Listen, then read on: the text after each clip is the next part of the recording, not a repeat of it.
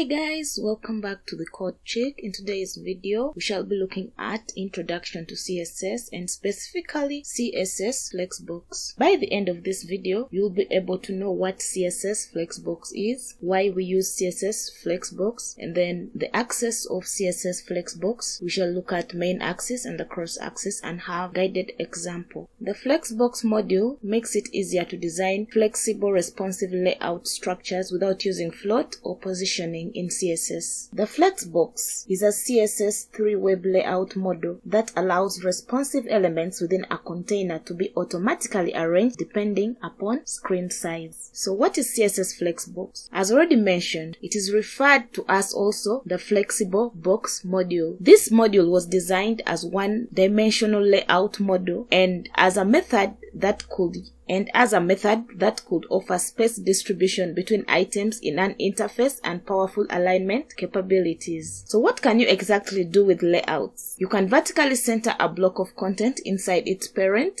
You can make all the children of a container take up an equal amount of available height or width regardless of how much width or height is available. With flex layouts, you can also make all columns in a multiple column layout to adopt the same height or even if they contain a different amount of content. So the main idea behind the flex layout is to give the container the ability to alter its items width or height in order to best fill available spaces, mostly to accommodate all kind of screen size displays. So let's look at the axis of a Flexbox. When working with a Flexbox, you need to think in terms of two axes. We have the main axis. This is determined by the flex direction property, and the cross axis runs perpendicular to it. Everything we do with Flexbox refers back to the axis, so it is worth understanding how they work from the outset.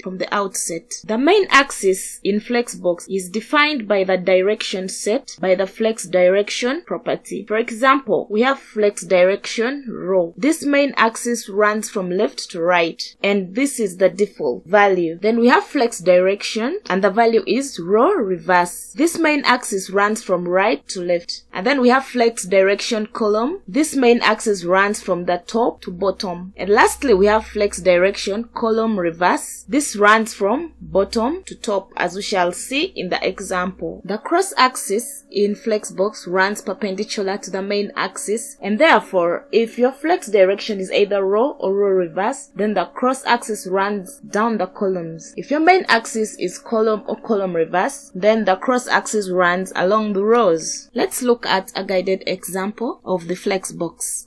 So let's open our VS Code and create a new file. Simply right click, tap on new file, and let's name it Flexbox Example.html.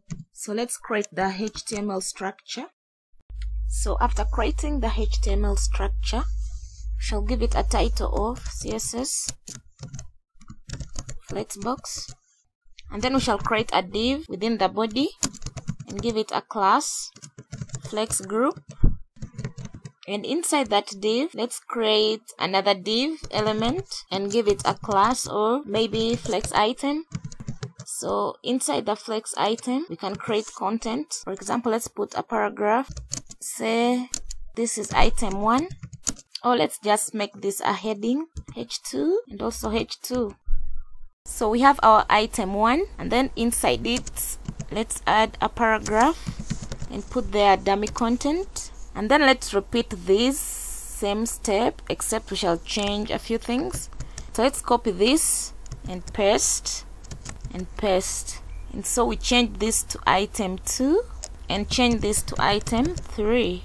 So next is we are going within the head region and we write our style tag, and inside the style tag we shall target the first class, which is the flex group. So let's give this flex group, and then we shall simply give it the first style, which is display, and we give it flex. So on display flex, you realize that our items get arranged here. So another thing is let's style the flex items. So next class is flex item, and then let's give them a background color green.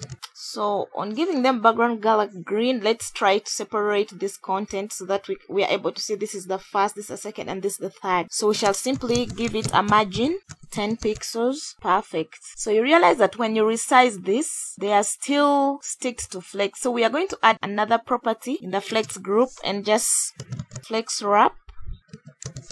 Flex wrap.